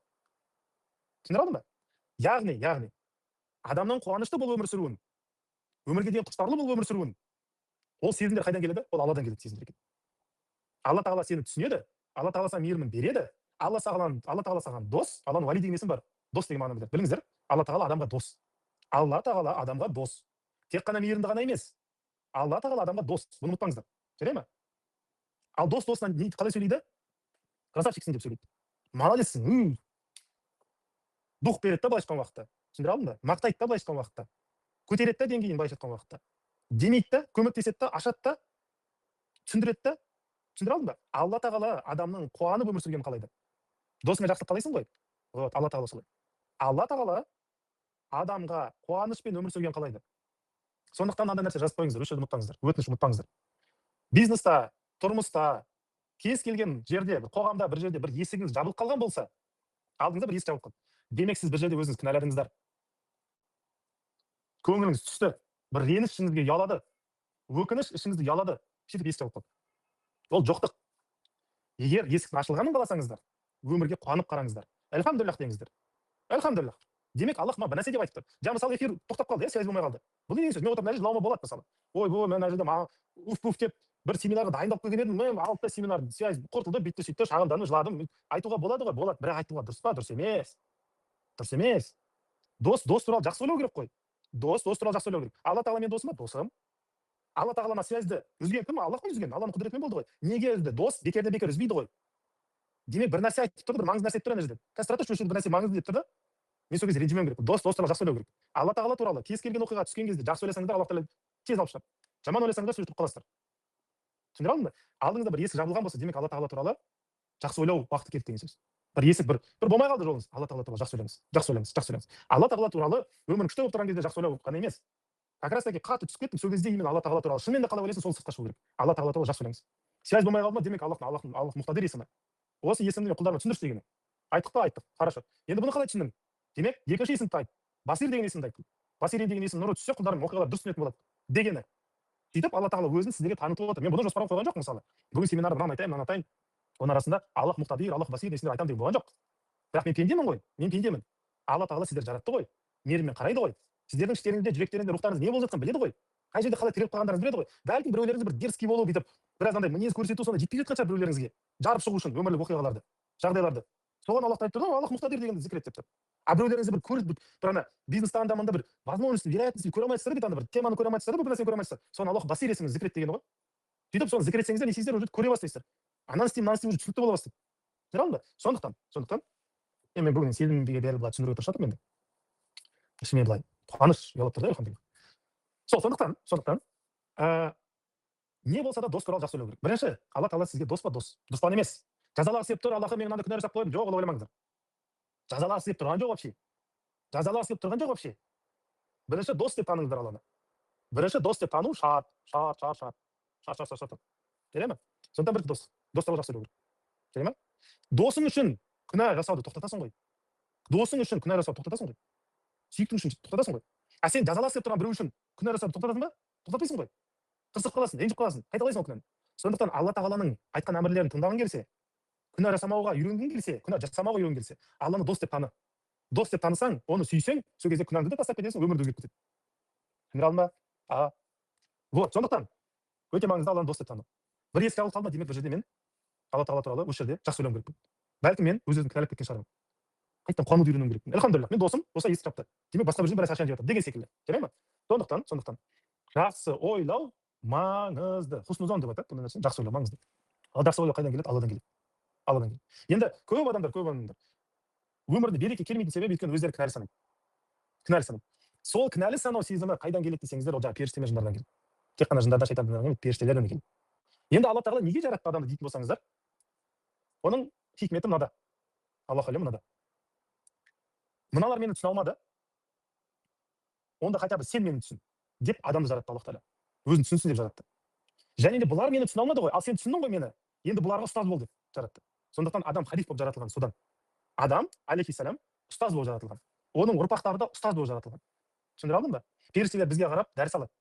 Неге періштелер Құран оқи алмайды мысалы? Түсіне алмайды. Өйткені адам оқысын, ұстаз оқу керек та, шәкірт тыңдау керек. Түсіндіре алдым ба? Сондықтан егер іштеріңізде мен бекер бармын, мен бекер өмір сүріп жүрмін, өмірім жаман еді, қатем бар, анау дейтін болсаңыздар, демек періштелер мен жындардың ойлары кіріп кеткен істеп ішіңізге.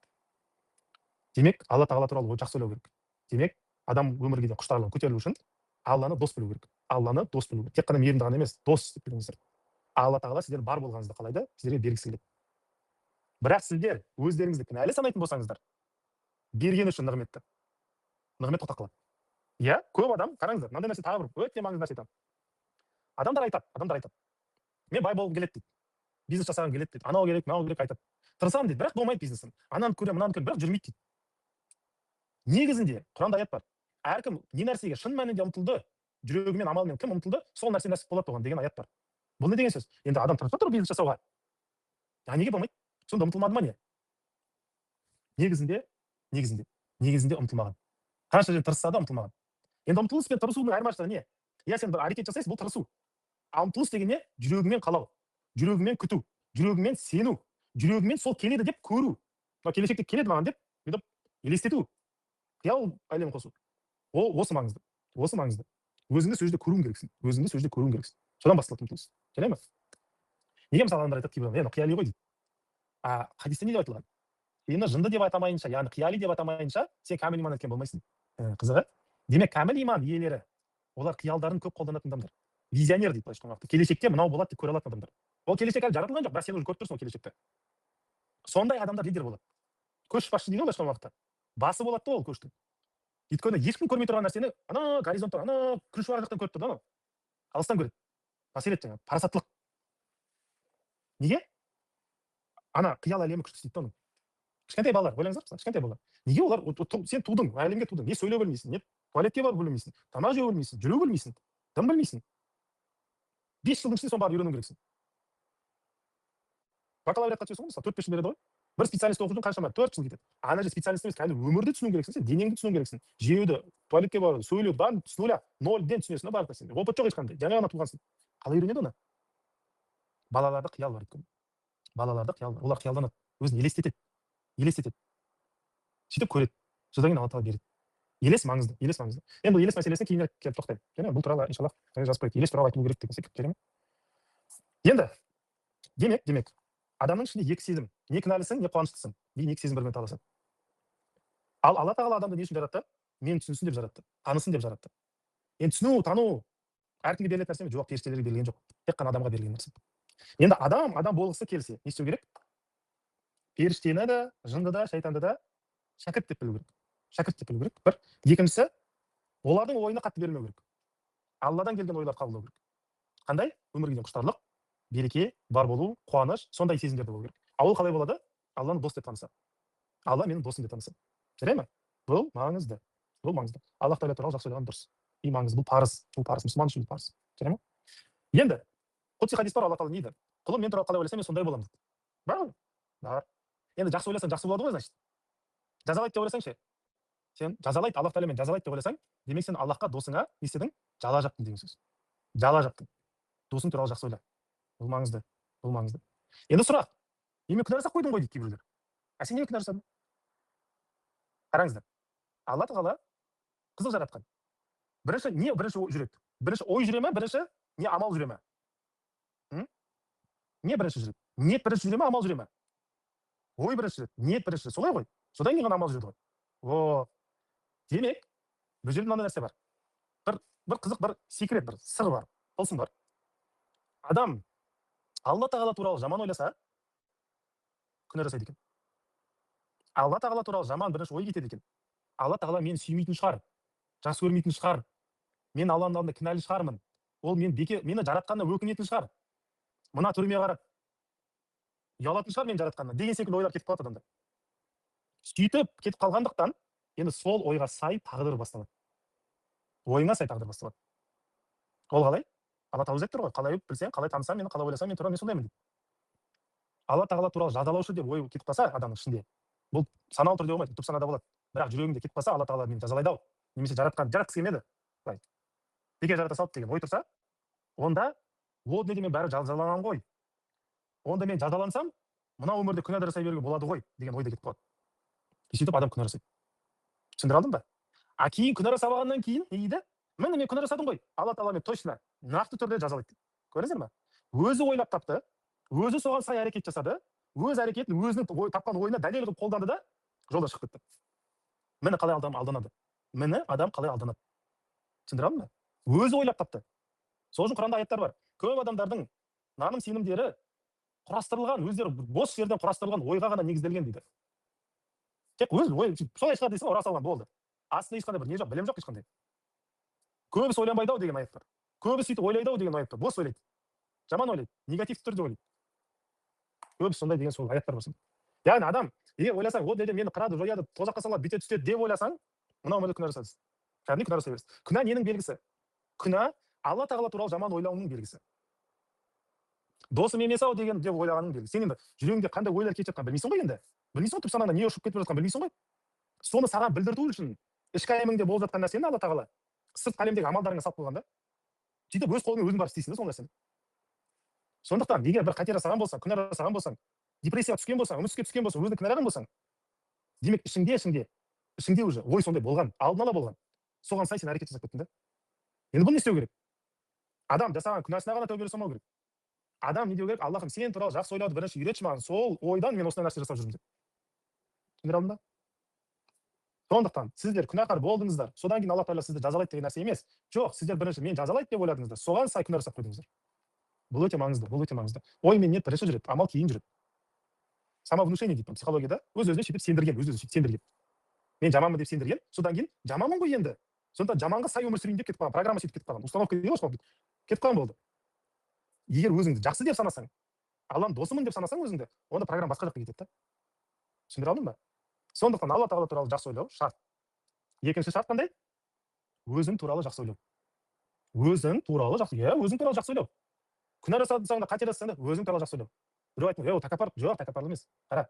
Алла тағала сені күнә жасайтынын білді ме? Ол туралы Алла тағала өзін жаратушысы, жабысы туралы жаман ойлайтынын білді ме? Білді ғой. Білді. Бірақ жаратты ма сені? Міне отырсың ғой семинар тыңдап. Жаратты ғой сені. Неге жаратты? Саған сенбегендіктен жаратты ма? Сенен жаман нәрсе күткендіктен жаратты ма сені? Мына құлымды, мына бракованный құлым, заводтағы бракованный бір детальдар болады, сол секілді былай домалатып жарата салған ғой деген секілді. Сөйтіп жаратты ма не сені? Ана жетпей қалды бір екі шайрек жетпей қалды, домалатып бүйтіп анау болады ғой, қамыр илейді ғой, сосын қалдықтар болады ғой, не бауырсақ жасайын десең келмейді, не пельмен жасайын десең келмейді, бүйтіп сосын барып қалдықтар ғой, соны бүйтіп ана майға салып шұжғырта салады ғой, қисық қисық болып бүйтіп өседі ғой, бауырсаққа да ұқсайды бір нәрсе, сөйтіп жарата салды ма сені алла тағала, қалдықтардан. Ойлашы енді, ойлашы енді, көзің бар, құлағың бар, сенің бір көзіңнің ішінде алланың қаншама хикметі бар. Бір көзді зерттеу үшін өмірін беретін адамдар бар. Мына көз қалай сыртқы әлемді алады, соны сигнал ауыстырып, сетчаткаға бүйтіп өтеді, ол қалай сигнал миға барады. Ғалымдар бар, мыңдаған ғалымдар бұны зерттеген. Бір көзді зерттеу. Сен күнде көресің ол көзіңмен, жыбылық бүйтіп көз. Мына мұрның бар сенің, мұрның бар сенің, мұрның. Минус 30-40 аязда шығасың. Сенің ішкі температураң 36-6, ойла, минус 30-да шықтың. Қалай мұрын? Бүйтіп демалдың ғой. Сол кезде минус 30-ды үлгереді, плюс 36-ға қыздырып жіберіп, сенің өкпеңе кіргізіп жіберуге. Қалай үлгереді оны? Қалай өкпе, мұрның барлығы үлгереді сонда, ысытып үлгереді. Сен еще жүгіріп келесің, мысалы, жүгіріп келесің, алтын автобус кетіп барады, біраз кетіп барады, жүгіріп келесің, қыстыгүні ойлашы. Қалай сенің өкпең нетіп кетпейді андай, қалай сен екен? Суықтан, аяздан бүйтіп қатып өліп қалмайсың. Қалай сондай механизм Аллах жаратқан? Қалай? Мысалы, мына ерін бар, екі ет мына ерін. Екеуі бір-бірімен бүйтіп чап бір-бірінен. Бірақ бір сөз шығады, мағына шығады да оның аузынан. Кейде сондай бір сөз шығады, көңілің быт шығарып жібереді. Кейде сондай бір сөз шығады, ұшып кетесің аспандарға. Қалай Аллах тағала қалай істеген? Екі еттен бір хикмет шығарған. Қалай бұның барлығы? Бұл біз күнде қолданғандықтан немқұрайлылық, ғафлет дейді бұндай нәрсені. Күнде қолданғанда көз онда не болды? Бұлсығың сүртте жүре бер, мұрның сыңбырда жүре бер, аузың жууда жүре бер. Мисвакпен жуып шығарсың, Аллах алам білмеймін. Бірақ дегенмен де күнде қолданғандықтан адам оның маңыздылығын көрмей қалуы мүмкін. Түсінбей қалуы. Аллах тағала саған берді оны. Берді оны. Ми берді, ақыл берді, сана берді, сезім берді. Қаншама нәрсе берді. Ойлашы сен көзіңді бір сатасың ба? Мұрныңды сата аласың ба? Сатуға келмейді, қанша қымбат нәрсе берді. Енді осылай мен оның дос емеспін деп айта аласың ба? Ол маған дос емес деп айта аласың ба? Міне дәлел, сенің бетің, жүзің, көзің, айнаға қарайсың, дәлел саған. Ойлан осы туралы. Алла тағала саған дос саған. Сен де оған дос бол. Берген нығметтерін қадірле, шүкір ет, қуан сол нәрселерге. Қуан. Өкпе сәл ауырып қалса, өкпесі ауыратын адамдарға қарап көр. Көз көрмейтін адамдарға қарап көр. Оңай нәрсе емес ол. Сенде ол бар. Не олар айтып тұрған жоқ, Алланың олар дос емес деп. Ол да бір сынақ. Бірақ оларға да бір нәрсе берген Алла тағала. Берген. Адам болуды берген да. Жұмаққа кіру мүмкіншілігін берген да. Сенесің ба? Сүю, сезіну. Берді ма? Берді ғой. Сезіне алады ғой. Сүйе алады ғой. Қуана алады ғой. Қаласа қуана алады негізі. Соның бәрін берді. Енді ойлашы енді. Сен біреу саған осындай көп нәрсе берсе, сен отырған не деп ойлайсың? Миллиардтап саған ақша берсе не ойлайсың? Мына адам маған жақсылық тілеп тұр деп ойлайсың ғой. Ойлашы, саған 1 миллиард берді Алла тағала. Бірақ 1000 теңге бермей қалса, ренжисің ба? Ренжімейсің ғой, 1 миллиард беріп қойған ғой уже. Тура сол секілді Алла тағала қаншама нығмет саған берді. Бір жерде сені сынады. Сәл бір болмай қалды жолың. Сынады. Сен алдында ренжідің, бат-жат болып. Зачем енді? Неге олай? Жақсы ойла. Сені сынап жатыр. Періштелерге былай айтып тұр да, былай шыққан уақытта. Қараңдар. Қазір мен мына құлымның семинары өтіп жатыр. Семинарды маған тоқтатып жіберемін. Тоқтата ма дейді. Қаншама адамдар тыңдап отыр. Өзі бір нәрселер айтып отыр. Тоқтата ма дейді семинарын дейді. Мұқтадирмін ғой, аламды тоқтатамын дейді. Періштелерге қарап тұрыңдар. Не істейді екен? Мен туралы жақсы ойлай ма, жаман ойлай ма? Ренжи ме, мына семинар тоқтап қалды. Ренжімей ме? Сынайды солай. Енді семинар тыңдап отырғандарды қарап отырыңдар дейді. Ренжімей ме? Мына бір связь дұрыстамаған екен дей ма? Я сабур дей ма? Элхамдулиллах дей ма? Не дейді? Қарап отырыңдар, жазып отырыңдар, бақылап отырыңдар, белгілеп отырыңдар. Амал дәптерде түсіріп отырыңдар дейді. Түсіріп жатыр ғой барлық нәрсені. Аллахтың Аллаху рақиб деген несі бар. Бақылаушы деген. Бақылаушы, бақылайды, тиянақты жазып отырады. Тізіп отырады. Бухгалтерлер жазады ғой бүйтіп. Анау кіріс болды, шығыс болды, анау болды, мынау болды, кейінді жазып отырады ғой. Сол секілді Аллахтың Аллаху рақиб деген несі бар. Барлығын бүйтіп тиянақты болды. Аллахтың Аллаху рақиб есімі нұры сізге түскен кезде адам не сезінеді, білесің ба? Қызғаныш сезіне бастайды. Біреудің бір нәрсесін көресің, Инстаграмда адам қызғанасың ғой. Сен аны бақыладың да бүйтіп, бақыладың, адам күшті өмір бар екен, ана машинасы күшті екен, үйі күшті екен, әйелі бар екен, әдемі екен, бала шағасы бар екен, анау екен, мынау екен, қызықтың да. Бақылап тұрсың да, бақылап қарап, бүйтіп бақылап тұрсың да, қызығып деген секілді. Вот тесіліп бақылап қарау, сол Алланың ар-рақиб есімі. Түсіндіре алдың ба? Алланың ар-рақиб есімі түскен кезде, нұры түскен кезде қызғаныш сезімі келеді екен. Көрдіңіз ме? Енді Алла тағала неге қызғандырады құлдарын бір-біріне? Кейде сен дуаларыңды сұрамайсың. Алла тағала саған бір нәрсе бергісі келеді, сен сұрамайсың. Сұрасаң да сенбейсің, өз дұғаңа өзің сенбейсің. Мен бере ма, бермей ма, сенбейсің енді. Неге? Өйткені мен кінәлімін, мен болмауым керек еді, анау екен, қуанбайсың өмірде, қуанып тұрған жоқсың. Кең емессің, тарсың да, ішің тар болып кеткен. Сұрайсың, автомат дейді ғой, ешқандай үйреншікті бүйтіп, жаттанды бүйтіп, дуаларыңды, бисмилля, алхамдулилля, тұрып кетесің намазыңнан кейін, мысалы, тез. Кейде қазада айтасың деген секілді. Енді Алла тағала саған бергісі келіп тұр ғой. Сен жаратты ма, бергісі келіп тұр? Жоқ, сен күнәһар адам, қалай мен ойлайды, ол қателер бар, деме, олай деме, күнәһармын деп айта берме. Болды, бүгіннен бастап айта берме. алла тағала сені тазартқысы келіп тұр. Әл Құддус есімімен тазартады мысалы. Тазарта ма? Тазартады. Умраға алып барады, анда алып барады, намаз алып береді, жай намазыңды отырғызады, дұға айтып. Бұл Әл Құддус есімі сені тазартып жатыр дейді. Жуып жатыр. А сен жоқ, мен күнәһармын. Қырыла бермесей, тоқтаса біраз. Сөйтіп алла тағала сен дұғаларыңда сұрамайсың да, бай болуды сұрамайсың да, күшті нәрселерді сұрамайсың да, сұрамайсың. Өмірге келдің бір, жай келіп, өмір сүріп өліп кетіп қалғың келеді. Ешкімге белгісіз болып. Алла тағала белгісі тұр саған. Сосын не істейді? Ар-Рақиб есімі нұрымен ұрады сені. Сосын сен Ар-Рақибтің көзіне бүйтіп қарайсың да бүйтіп. Ё-моё, мыналардың өмірлері қандай күшті екен деп байқай бастайсың. Қызыға бастайсың, бір жерің күйе бастайды, аши бастайды. Неге? Сөйтіп сені дұға етуге, сұрасай менен қолыңды деп итермелейді, сөйтіп итермелейді, итереді бүйтіп, сұра дейді. Сұрамай түсін айтып жатып алдың да, дым істегің келмейді. Бақытты болғың келмейді да просто. сөйтіп сен итереді. А сен сонымен сол қызғаныш сезіммен соғыс астында астағфиралла, қалай мен қызғанамын деп. Айналайын, қызғанда дұға ет, қызғанда Аллахтан сұра деп жатыр. Досыңа бар, сұра деп жатыр. Сұра. Аллах тағала сұрамаса, қолы сұрамаса қаһарланады. Сұраса қуанады. Адамдар наоборот, ақша сұрашы, қойшы деп бүйтіп, бет тұрып жүреді. Сұрамаса наоборот, жақсы сүйіншілер сұрамайды екенсің, жақсы екенсің дейді. Алла тағала емес. Нағыз дос Аллах. Нағыз адамдар емес, нағыз дос Аллах. Нағыз вали Аллах, Аллаху вали. Түсіндір алдың ба? Вот. Алланың вали есімінің нұры түскен кезде жалғыздық сезінеді адам. Жалғыз өзің сезініп жүру мүмкінсің. Ешкім сені түсінбейді, кредитке кіріп кеткенсің, қарызға кіріп кеткенсің, өз-өзіңмен бачит болып жүрсің, бүйтіп жүрсің. Ол Алланың әл-вали есімінің нұры түседі. Барлық адамдардан сені бөледі, жалғыз қалдырады, мені ғана іздесін, менің дос екеніме көзі жетсін дейді. Соны жетеді ғой, қайтадан барын орнына қойып қоямын. Бірақ жалғыз қалдыр. Өзің жалғыз сезініп жүрсең, көптен бері болады, тұрмысқа шыға алмайды қарындастарымыз, біреу үйлене алмайды бауырларымыз. Бизнес жасайын десе жалғыз өзіңсің. Тастап кетеді сені, түсінбейді, туыстарың түсінбейді, ата-анаң түсінбейді, жақының түсінбейді, досың, жолдасың түсінбейді, ешкім түсінбейді, балаларың түсінбейді. Өзі де кетіп қалды мысалы. Жалғыз сезіну. Бұл Алланың әл-вали есімі. Әл-вали есімі. Аллах тағала сөйтіп хадис дейді. Қашан сен менің дос екенімді түсінесің дейді. Қашан түсінесің дейді. Өзің келмей жатсың ғой дейді. Дос болсайшы маған. Мен достарымнан сұрамаймын ғой дейді. Алла тағала достарынан сұрамайды. Достан предъява жасамайды, достан сұрамайды. Білетін шығарсыздар. Хадистерде бар. О дүниеде сұраусыз жұмаққа кіріп кететін адамдар бар. 70 миллион деп айтылады. Әрқайсысына тағы 70 миллион деп айтылады. Былайша айтқан уақытта 4 миллиард 900 миллион адам. Грубо айтқан уақытта 5 миллиард адам сұраусыз келеді. Бұл сұраусыз ғана келетін адамдар саны. Сұраусыз, просто сұрамайды да.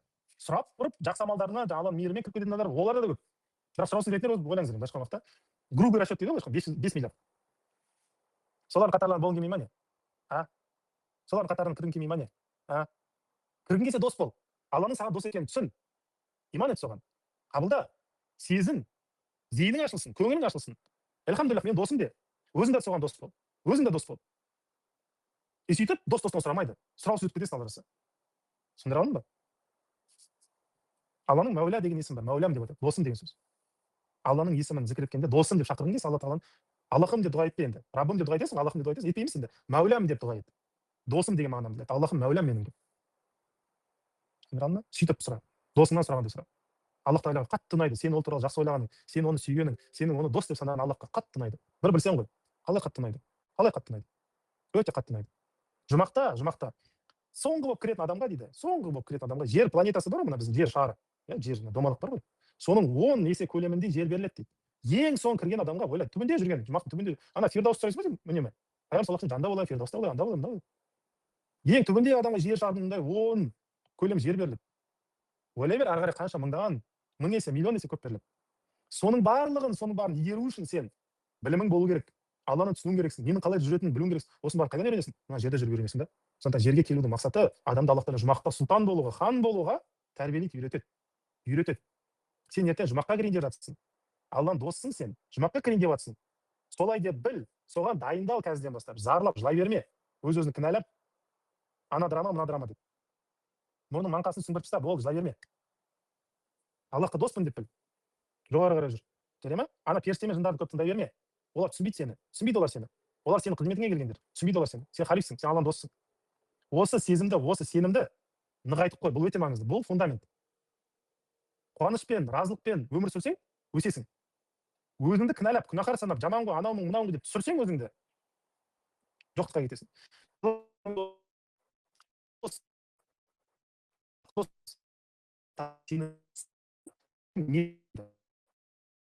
Менің сыйла өзің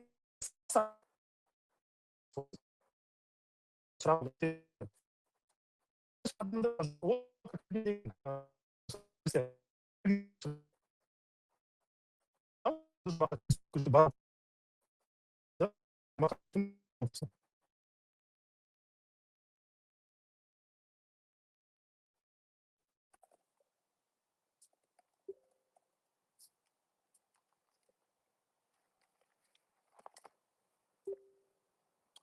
естіп тұр ма? Связь қызып жатқан сияқты, иә? Қаласаңыздар, андай су бір нәрсе жандарыңызға алып алыңыздар. Тұрып біраз бүйтіп жүріп алыңыздар, зарядка жасап алыңыздар. Алла тағала маған қуат берді, мен сөйлей беремін. Сіздер біраз нетіп алыңыздар, оп деп билеп алыңыздар керек болатын болса. Біраз оянып алыңыздар, жарай ма? Серпіліп. Вот. Енді Алла тағала бізге дос. Біз оған доспыз ба? Мен көп адамдардан сұраймын енді. Кезінде көп сұрағанмын. 10 адамды жұмаққа кіргізу саған рұқсат берілсе, кімді кіргізер едің? Мен жазады, мамамды, папамды, ананы, мынаны деп. Сосын бірақ мен бұл списокта кім жоқ деймін. Сөйтіп өзін жазбағанда. Өзін жазбағанда. Айналайын, сен адам емессің ба не? Жоқ, мен жанқияр болайын, басқалар кірсін, мен сосын мен кірмесем де болады деп. Сондай әңгімелерді айтатын адамдар бар. Мәссаған деймін. Не деген өтірік? Ата-анаңмен ұрыспайсың ба ешқашан? Жақындарыңмен ұрыспайсың ба ешқашан? Ренжімейсің ба ешқашан? Ренжисің ғой, ұрысасың ғой. Бұл өмірлік нәрсе үшін ұрысып тұрсың сен. Ертең о дүниеге барған уақытта жоқ, менің орныма сол кісі кірсе жұмаққа деп айта аласың ба? Айта алмайсың, сен айта алмайсың, күшің жетпейді. Сен дүниелік нәрсе үшін олармен таласып қалдың. Жұмақты көрсең, сен вообще ұмытып кетесің барлық нәрсені. Сондықтан давай не будем.